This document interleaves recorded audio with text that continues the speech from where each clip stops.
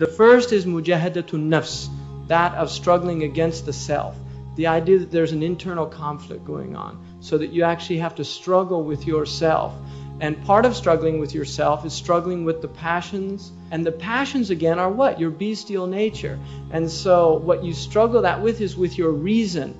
And that is why when somebody is attempting not to do something that is wrong and struggle against those impulses, what he's using is a higher power. And the higher power is reason, is the aql.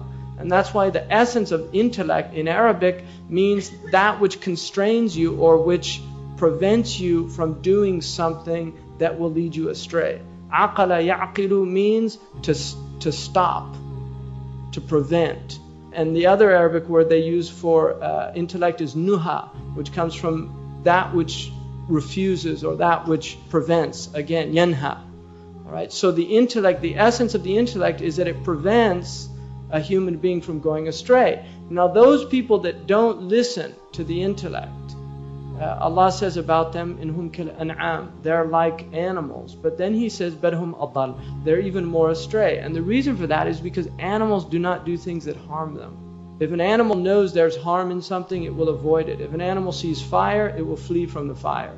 If an animal sees something that threatens it, it will either defend itself if it doesn't see any other venue, or if it, by its nature, the threat is something that it deems within its power. Like a lion, if it's threatened by a lesser animal, aggressive animal, the lion will tend to fight because it's a lion and it knows that it can overpower. So the idea of human beings resorting to the bestial element in the self is a capitulation. It's the idea of surrendering the self to something that is low. And that is why if you look at the human body itself, the higher organs, the heart and the intellect, are on the upper body, and the lower organs, the stomach and the genitals, are on the lower body. And so the idea is that this is the way the human being should be. He should be, the ruling force in the human being should be his heart and his intellect, and the subjugated force should be the bestial nature. What happens with human beings is that they become overcome by their bestial nature. And so hunger and craving, which is the essence of desire, overwhelms the intellect. And so they begin to want things that are harmful for them. And this is why they're worse than animals, because an animal will only take what it needs. Lions do not go out and slaughter.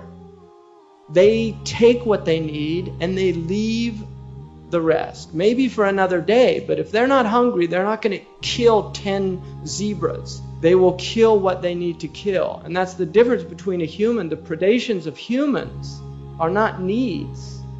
So when an animal, a predator animal, attacks another animal, it attacks out of need, not out of want or desire. And so this is very different. And there's only a few animals that appear to be unprovoked. Sharks will attack unprovoked, and so will certain snakes. There's a few snakes, and there's a baboon that will attack unprovoked. But it's very rare in the animal kingdom for an animal to attack unprovoked. So the idea, now, all of sentient creatures, creatures that have emotion and certainly intellect, human beings, have a self-defense mechanism. It is part of human nature to defend yourself. If you fall, your reaction is to put your arm out. You don't fall on your face. Human beings will not do that.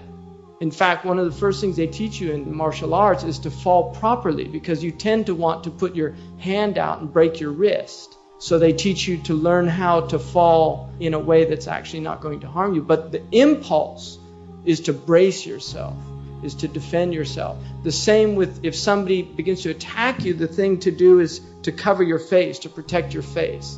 If somebody throws a blow at you, if you just stand there and don't defend yourself, something is wrong with your nervous system. It's not functioning. So self-defense is a human, it's actually ingrained in us to defend ourselves.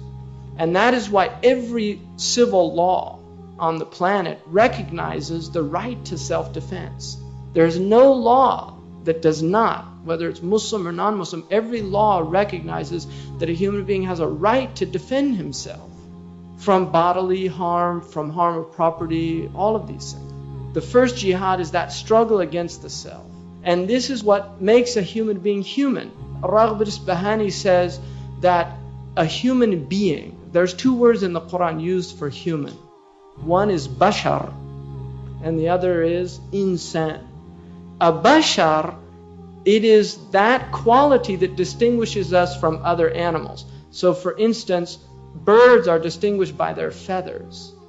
Birds have feathers. Mammals have fur. If you look at mammals, they have fur.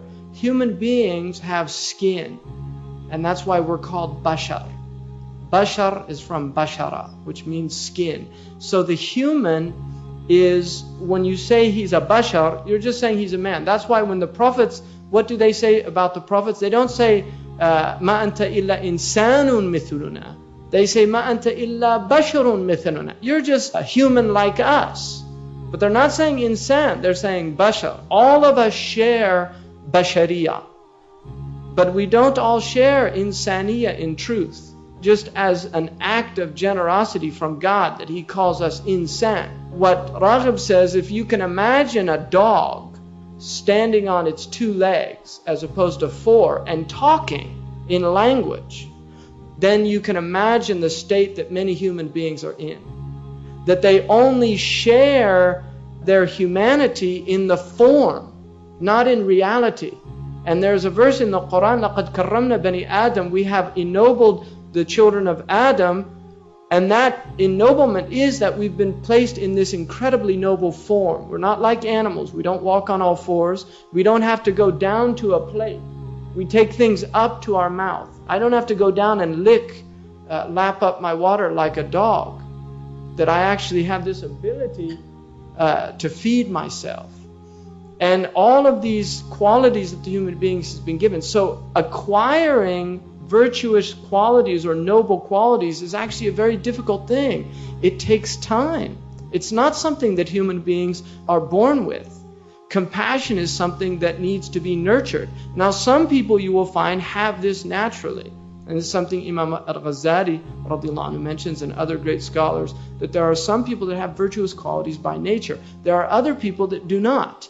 That you will see in children, some children want to share things, other children actually refuse completely to share things and will become very belligerent if they're made to share things. And those, they have to learn. There are children that beat other children. There are other children that couldn't do that and would feel terrible about that. Now these qualities tend to be more, the aggressive qualities in human beings are much more marked in men than they are in women. And there's a reason for that as well. There's a reason why that they're, even in their form, they are less bestial than men. That women have certain qualities that are related to their biology, and it has to do with the fact that they produce children. And so there are certain qualities that are inherent just because they have the hormones. I mean, some of it is purely chemical, and other of it has to do with just the fact that there's a womb, rahim, and the essence of the womb is mercy, because that's what the word in Arabic, rahim, is rahma, are the same root word, the womb and mercy, because the essence of mercy is in the womb. And that's why Allah has derived the womb, shaqaqtu ar-rahim min ismi ar-Rahman. He actually derived the womb from His name, the merciful. So the womb is derived from an attribute of God. And this is what women have that men don't have. And that is why the humanizing factor in society is women. The mother is the humanizing factor, and without that, if the mother is destroyed, then it's a disaster for the rest of the society. So this idea of acquiring virtue to become a human being, to achieve one's insaniya, to achieve one's humanness, is very difficult. And that is a struggle. It is a struggle.